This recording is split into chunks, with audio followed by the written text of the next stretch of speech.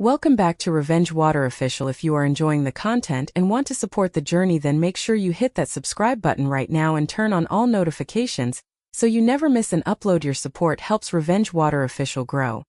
and bring you even better videos every single day. So join the family today by clicking subscribe, and thank you for being part of the team. The cold December air in Ohio didn't bite half as hard as the silence at my own dinner table while I sat there watching my parents hand over the keys to a brand new car to my sister Sarah while they looked at me and told me I was a burden who would never amount to anything more than a shadow in her light. But as I stood in the rain that night with my bags packed and no place to go, I made a silent vow that the next time they heard my name, it wouldn't be a plea for help but a roar of success that would make them realize exactly what they threw away. So, stay with me as I take you through the darkest years of my life and the climb that changed everything. I remember the way the floorboards creaked in our suburban house outside of Columbus, because I spent most of my life trying to walk on them without making a sound so I wouldn't disturb the perfect atmosphere my parents created for Sarah. She was the golden child, the one who got the private tutors and the dance lessons while I was told that the family budget was too tight for me to even join the high school debate team. Even though I had the highest grades in my class, my father would sit at the head of the table and talk about Sarah's future at an Ivy League school while he barely looked at me.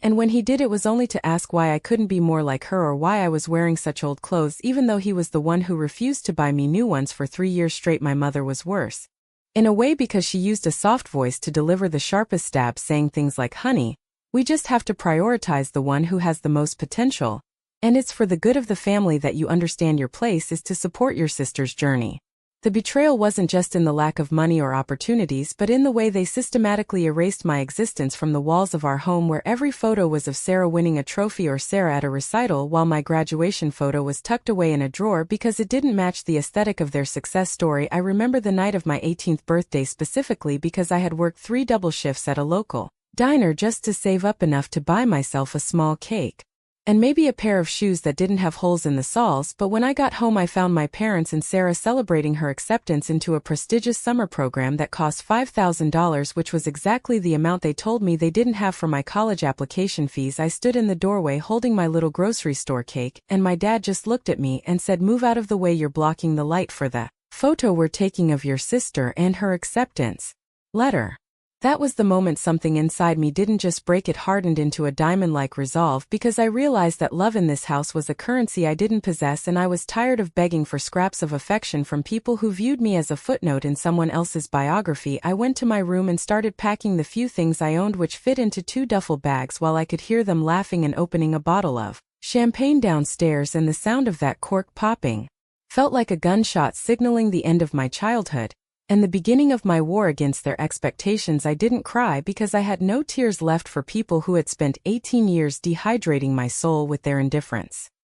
And when I walked down those stairs for the last time, my mother didn't even stand up. She just told me to make sure I locked the door behind me because the heater was on and they didn't want to waste money on the outside air. I walked 3 miles to the bus station in the pouring rain, feeling the water soak through my cheap jacket, but the fire in my chest was so hot it felt like I was steaming from the inside out, and I sat on that cold plastic bench waiting for the Greyhound to take me to Chicago, where I knew nobody and had nothing but $400 in my pocket and a brain that had been sharpened by years of being told it wasn't good enough. I watched the lights of my hometown fade away through the blurred window, and I didn't look back once because there was nothing behind me but ghosts and a sister who would never know what it was like to actually earn a life, and parents who had traded a daughter for a trophy. But they didn't realize that trophies eventually gather dust while survivors gather power. And I promised the dark highway that night that I would build an empire out of the bricks they threw at me. The first few months in the city were a blur of hunger and double shifts at a warehouse where the air was thick with dust and the work was backbreaking, but every time my muscles ached or I felt like giving up, I would close my eyes and see my father's face telling me I was a burden, and that image acted like high-octane fuel in my veins, pushing me to work harder and faster than anyone else on the floor. I slept on a mattress I found on a sidewalk in a room I shared with 3 other people, and I spent my lunch breaks in the public library, teaching myself how to code and studying the mechanics of the stock market, because I knew that manual labor would only get me a survival, but intellectual mastery would get me my revenge. I was living on canned beans and tap water, saving every single cent, while Sarah was posting photos of her European vacation that my parents had funded by taking out a second mortgage on the house they told me was too expensive to maintain if I stayed there. The injustice of it all was a physical weight I carried every day, seeing her smiling in front of the Eiffel Tower while I was scrubbing grease off industrial machinery at 4 in the morning, but I used that weight to anchor myself so I wouldn't drift away into despair or self-pity, because I knew that the climb was going to be long, and I couldn't afford to be heavy with emotions that didn't serve my purpose. I started taking small freelance jobs online using the library computers, and eventually I saved enough to buy a refurbished laptop that became my most prized possession and my weapon of choice. I worked 18 hours a day for 2 years straight, never taking a day off and never buying anything that wasn't absolutely necessary, because I was building a foundation that no one could ever shake, and I was doing it all in a silence so profound that my parents probably thought I had disappeared off the face of the earth or ended up in a gutter somewhere, which is exactly what they expected of me. I remember the first time I landed a contract that paid more than my father's annual salary, and I sat in my tiny dark room and stared at the screen for an hour, just breathing in the reality that I was no longer a burden but a force to be reckoned with. Yet I didn't call them and I didn't post it on social media, because I wasn't ready for them to see me, yet I wanted to be so high up that when they finally looked at me they would get a neck ache just from trying to see the top of my success. I wanted the gap between us to be so wide that no bridge of apologies could ever cross it, because what they did to me wasn't a mistake, it was a choice, and I was making the choice to become their greatest regret by becoming the one person they could never claim credit for. As the years passed, my small freelance business turned into a tech startup, and I moved out of that shared room into a modest apartment, then a better one, but I never lost the hunger or the memory of that cold walk to the bus station, because that memory was my compass, and it kept me pointed toward the sun. Even when things got difficult with investors or market crashes, I watched from a distance as Sarah struggled to finish her degree, because she had never been taught how to work for anything, and my parents were starting to realize that the golden child was actually gold-plated and the copper was starting to show through. While I was becoming solid steel through the heat of the fire they put me in, and I knew the time was coming when our paths would cross again, not because I would seek them out but because my light would eventually become too bright for them to ignore in their darkening world. By the start of my 3rd year in Chicago, the transformation was no longer just internal but reflected in the very air I breathed as I moved my operations into a glass-walled office overlooking the city skyline, where the lights reminded me of the stars I used to watch from my bedroom window back home while dreaming of a life where I wasn't invisible. I had built a proprietary algorithm that predicted market volatility with a 98% accuracy rate, and suddenly the same banks that wouldn't give me a debit card 4 years ago were begging for a seat at my table. But I kept my circle small and my heart guarded, because I knew that the world was full of people like my parents who only valued you for what you could provide for them, and not for the soul you possessed. I began to dress in tailored suits that felt like armor, and I spoke with a voice that no longer trembled, because I had nothing left to lose and everything to gain, while I funneled my profits into a secret holding company that was slowly buying up real estate in my old neighborhood in Ohio, including the very street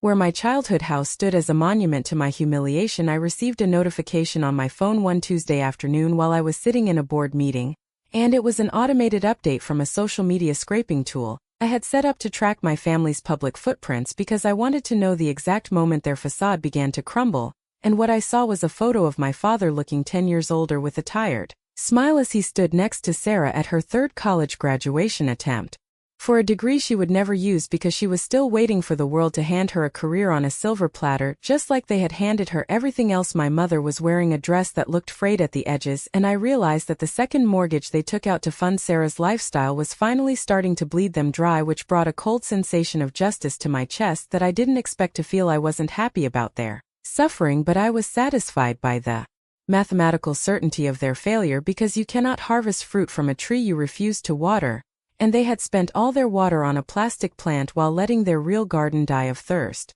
I decided it was time to move to the next phase of my plan, which involved moving my headquarters to a massive skyscraper in downtown Cleveland, just an hour away from where they lived, because I wanted to be a presence they couldn't escape, a name they saw on the news and a logo they saw on every billboard along the highway. I bought a penthouse that cost more than their entire neighborhood, and I filled it with the things they always told me I didn't deserve, like fine art and a library of books that taught me the secrets of power that they tried to keep from me. I remember the day the local business journal ran a cover story on me titled "The Ghost of Columbus Returns as a Titan," and I made sure that a physical copy was delivered to their doorstep without a return address, just so they could see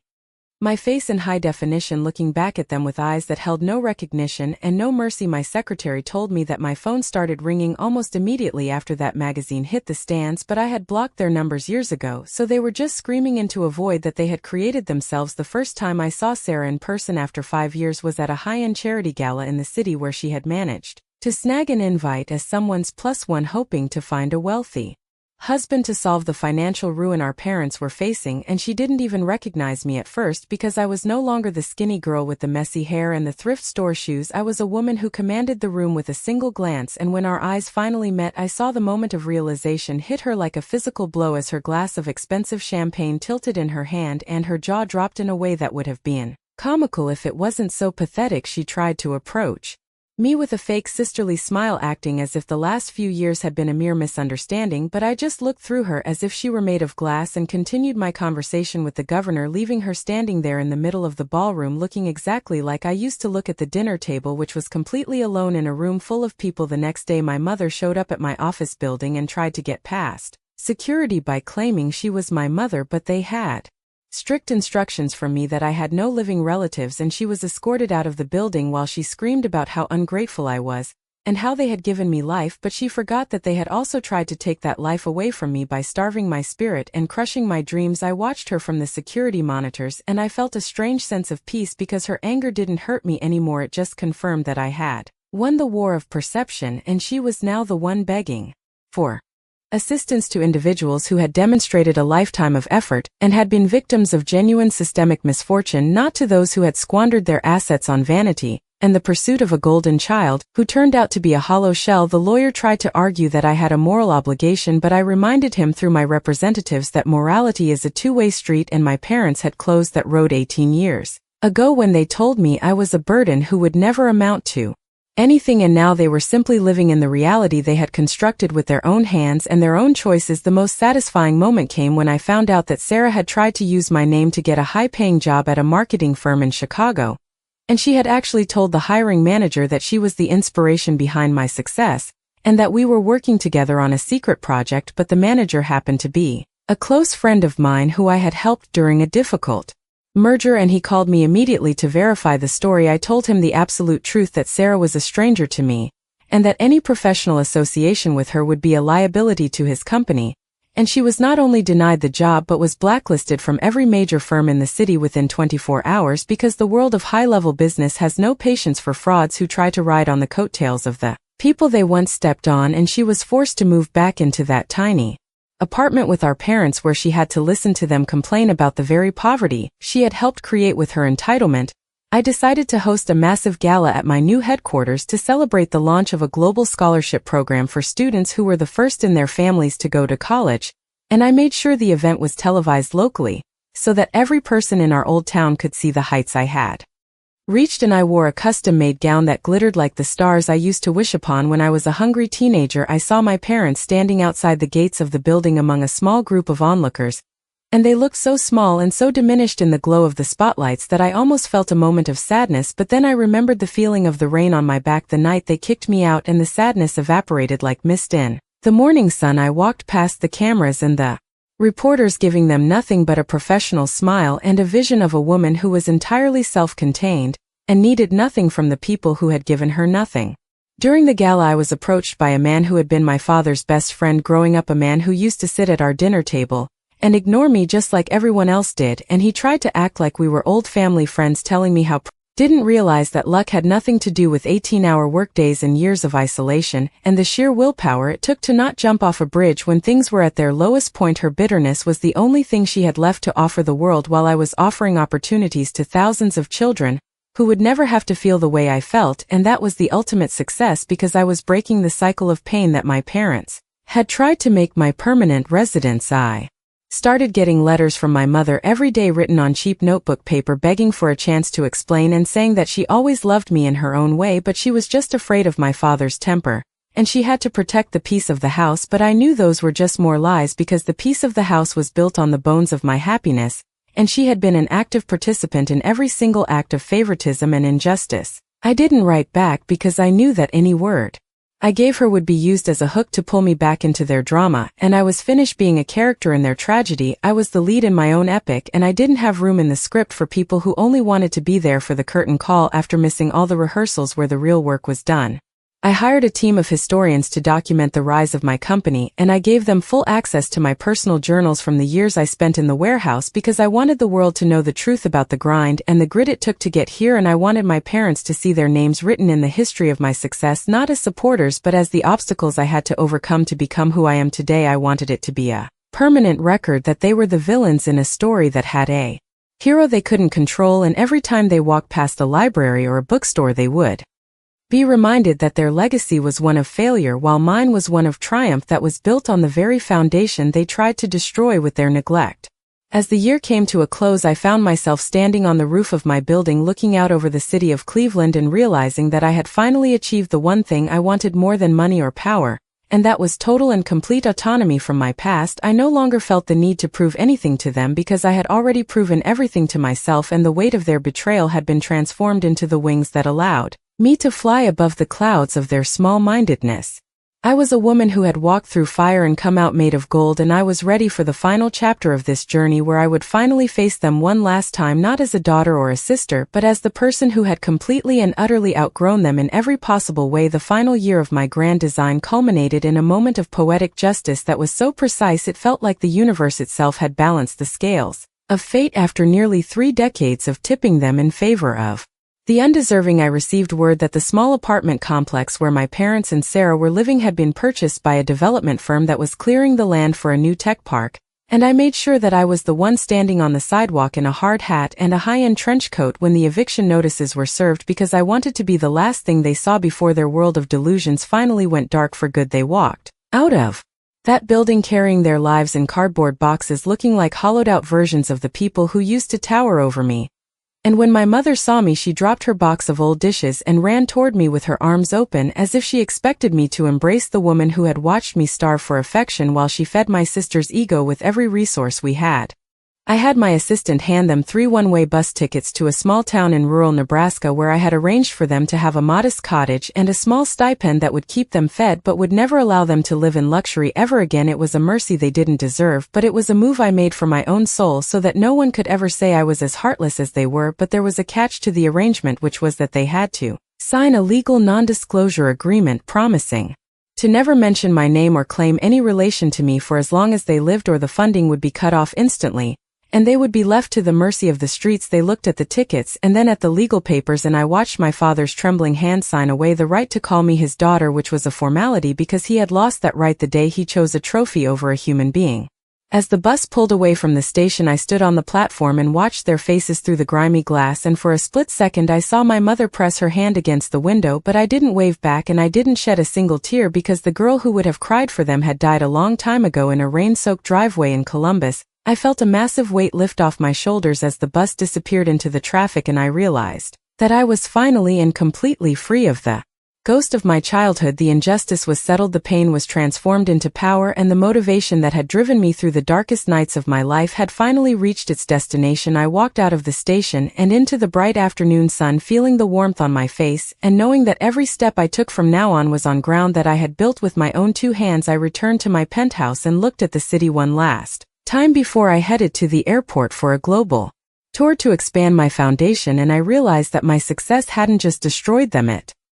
had erased them from the only narrative that mattered, which was mine. I had become a beacon for every person who had been told they were nothing and every child who had been made to feel like a burden, and my story was now a blueprint for how to turn a betrayal into a kingdom. I sat in the back of my car and opened a notebook to a fresh page, writing the words "the end" on the chapter of my past, and then I turned the page and wrote the beginning on the chapter of my legacy, because the silence they used to humiliate me had been replaced by a roar of achievement that would echo long after all of us were gone. The world now knows me as a titan of industry and a visionary of philanthropy, but they don't know the girl who used to count the seconds until she could escape, and I like it that way because my success is a fortress that protects my peace and a weapon that ensures I will never be a victim again. I have built schools and hospitals and tech centers, but the greatest thing I ever built was a version of myself that didn't need their love to survive. And that is the ultimate victory over any form of favoritism or injustice. I am the fire that they tried to put out, And now I am the light that shows the way for everyone else who is currently wandering in the dark, waiting for their turn to rise and destroy the silence with the success of their own.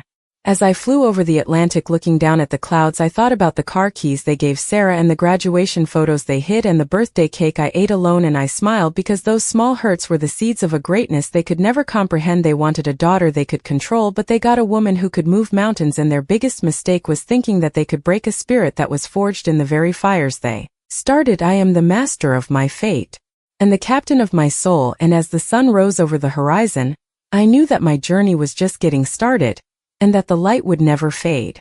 again, because I am the one who controls the switch and I am never turning it off. The final lesson of my life is that blood makes you related, but loyalty and love make you family. And if you don't have those things, then you are just strangers who happen to share a last name. I have found my real family in the people I have helped and the team I have built and the children who look at my story and see hope where there used to be only despair. I am finally home, not in a house with creaky floorboards and silent dinner tables, but in a life of my own making, where I am loved for who I am and respected for what I have built, and that is a success that has not only destroyed my enemies but has saved me in ways I never thought possible. And I am finally at peace with the silence, because now it is the silence of a winner who has nothing left to prove to anyone.